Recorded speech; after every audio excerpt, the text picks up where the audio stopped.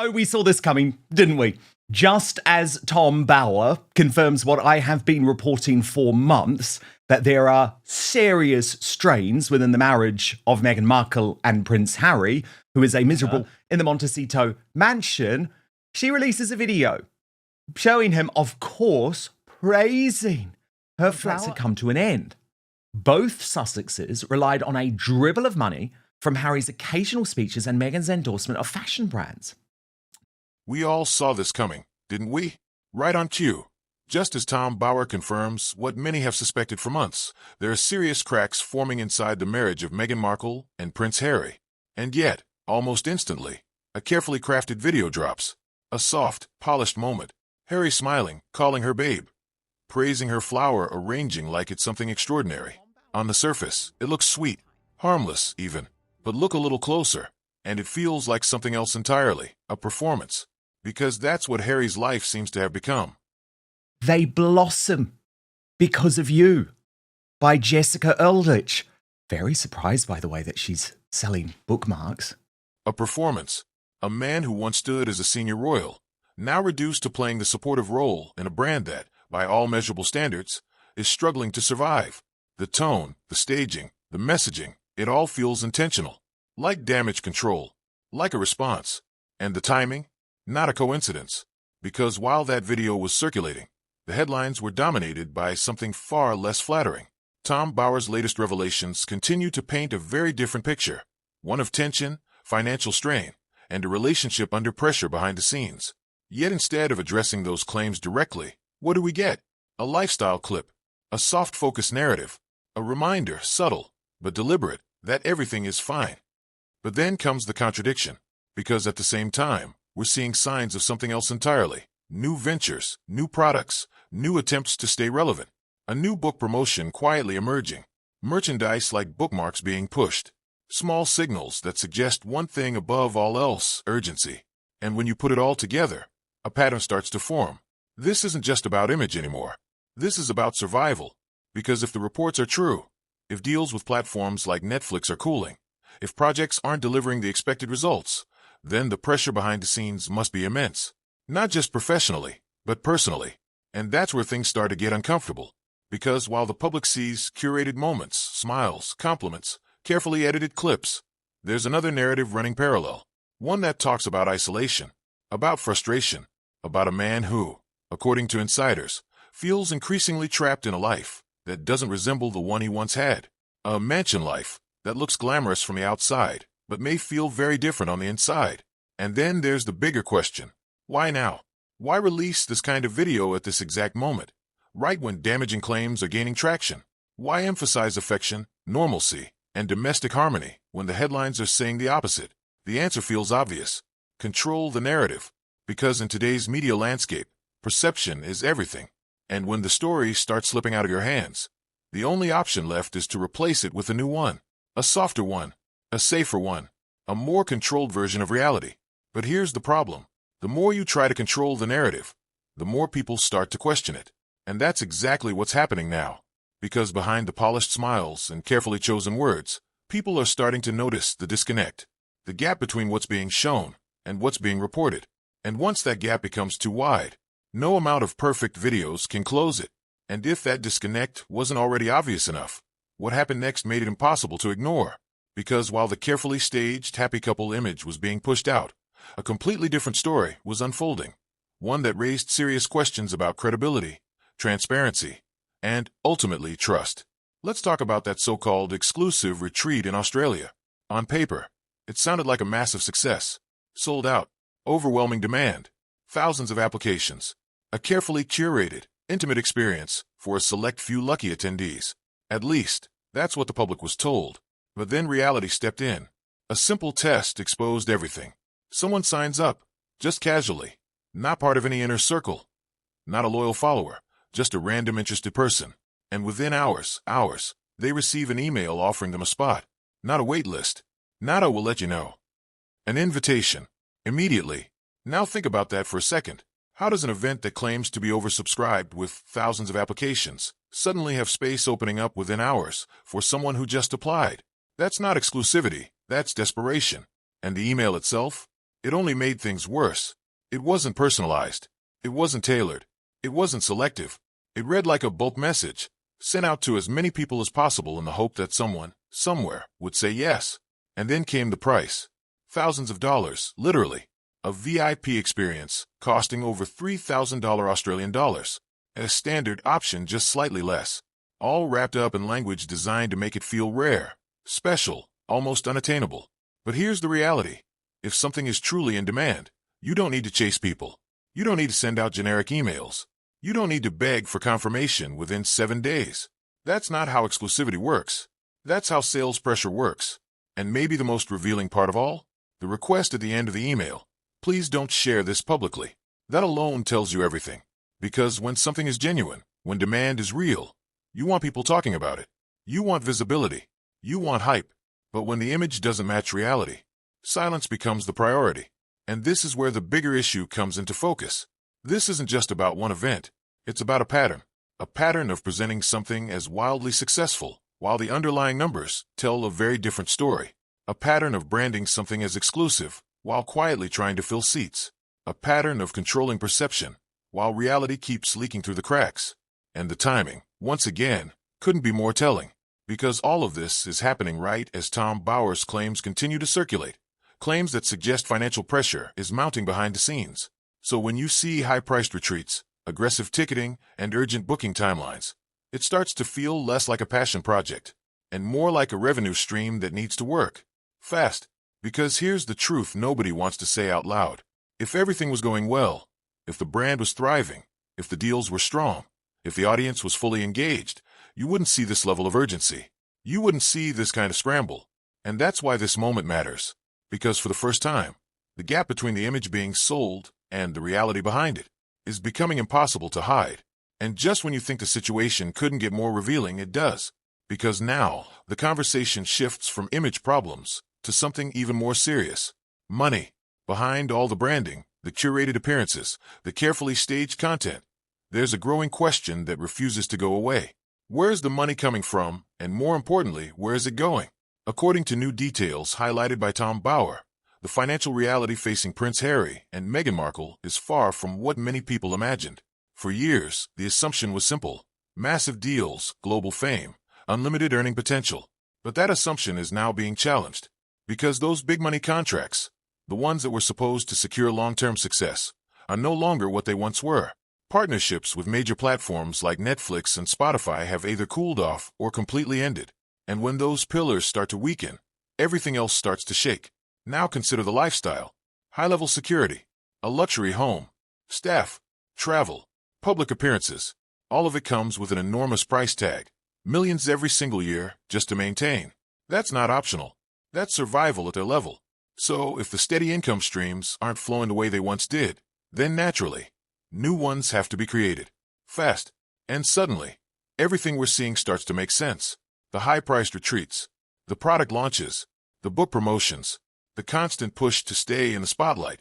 It's not random. It's necessary. Because when the financial pressure increases, the strategy changes. You move from building slowly to monetizing quickly. But here's where it gets complicated. Because not every attempt to generate income is landing the way it should.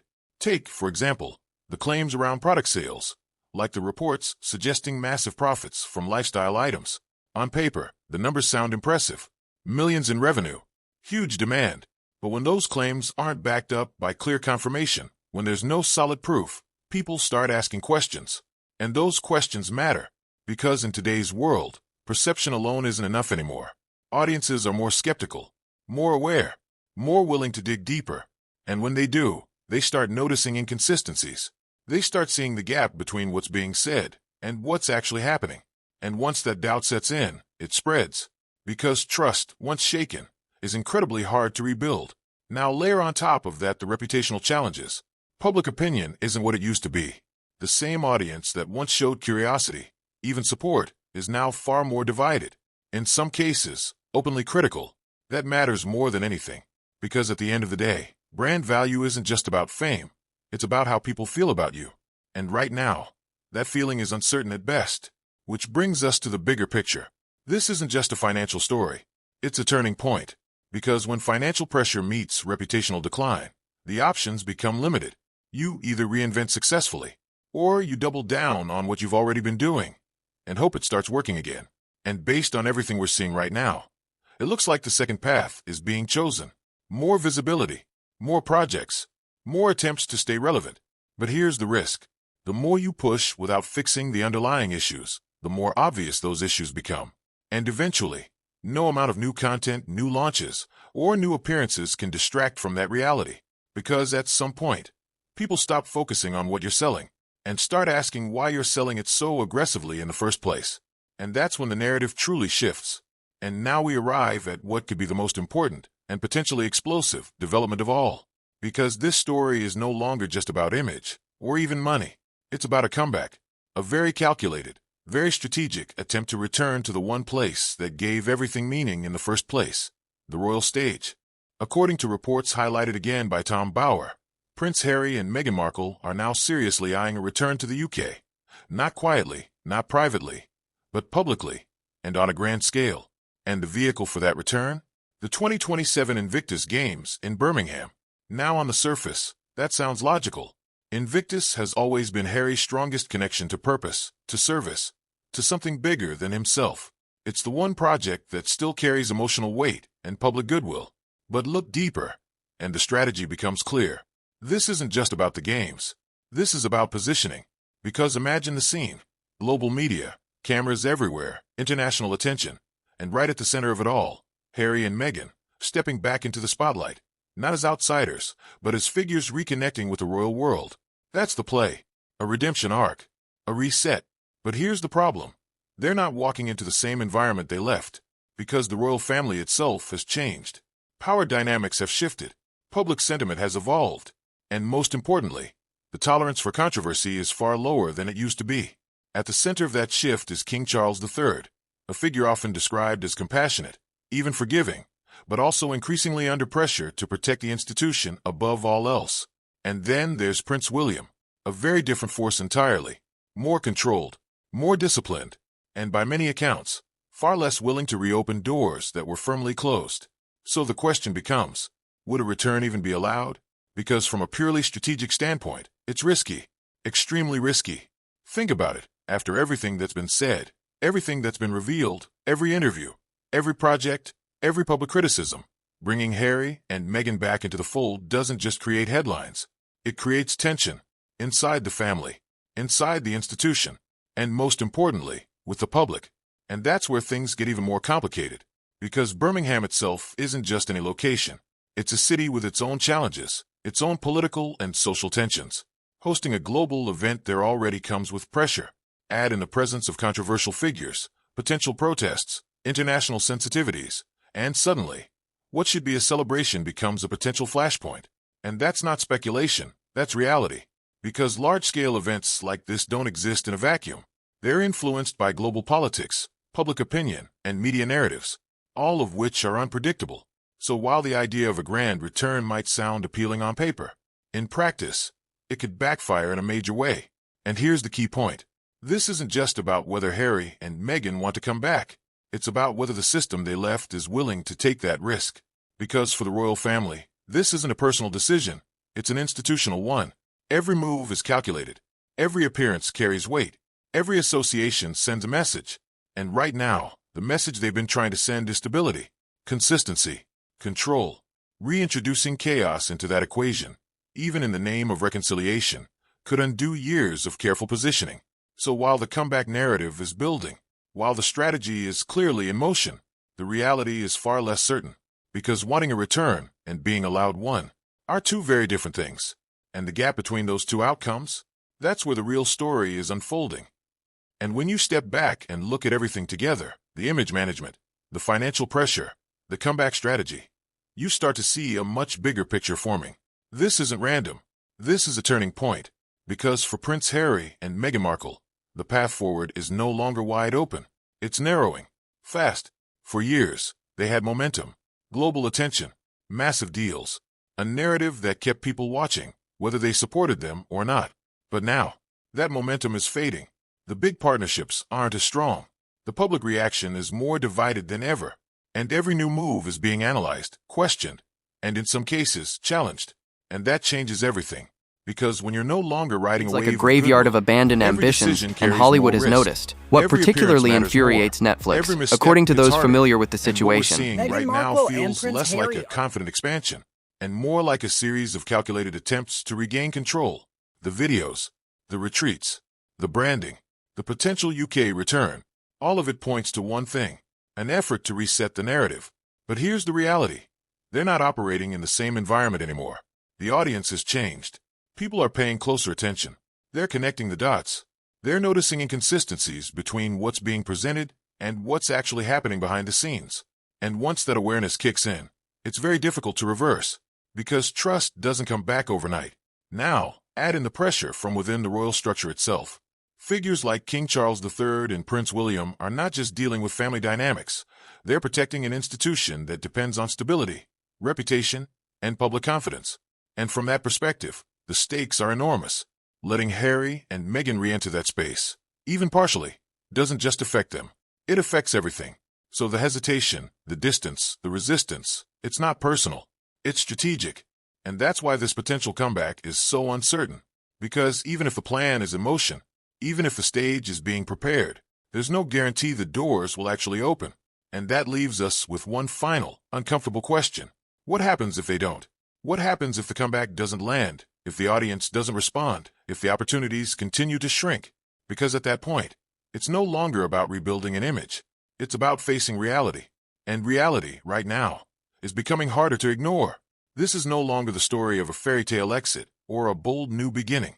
It's the story of what comes after the spotlight starts to fade, when the headlines slow down, when the deals get smaller, when the audience becomes skeptical instead of curious. That's the moment that defines everything. And we're watching it happen in real time. Because in the end, this isn't just about fame, or money, or even royalty. It's about whether a narrative can survive when the world stops believing in it. And right now, that belief is being tested like never before. And when you step back and look at everything together, the image management, the financial pressure, the comeback strategy, you start to see a much bigger picture forming. This isn't random. This is a turning point. Because for Prince Harry and Meghan Markle, the path forward is no longer wide open. It's narrowing. Fast. For years, they had momentum, global attention, massive deals, a narrative that kept people watching, whether they supported them or not. But now, that momentum is fading. The big partnerships aren't as strong. The public reaction is more divided than ever. And every new move is being analyzed, questioned, and in some cases, challenged. And that changes everything. Because when you're no longer riding a wave of goodwill, every decision carries more risk. Every appearance matters more. Every misstep hits harder. And what we're seeing right now feels less like a confident expansion and more like a series of calculated attempts to regain control. The videos, the retreats, the branding, the potential UK return, all of it points to one thing: an effort to reset the narrative. But here's the reality. They're not operating in the same environment anymore. The audience has changed. People are paying closer attention. They're connecting the dots. They're noticing inconsistencies between what's being presented and what's actually happening behind the scenes. And once that awareness kicks in, it's very difficult to reverse, because trust doesn't come back overnight. Now, add in the pressure from within the royal structure itself.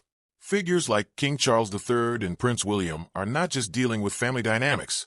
They're protecting an institution that depends on stability, reputation, and public confidence. And from that perspective, the stakes are enormous. Letting Harry and Meghan re-enter that space, even partially, doesn't just affect them. It affects everything. So the hesitation, the distance, the resistance, it's not personal.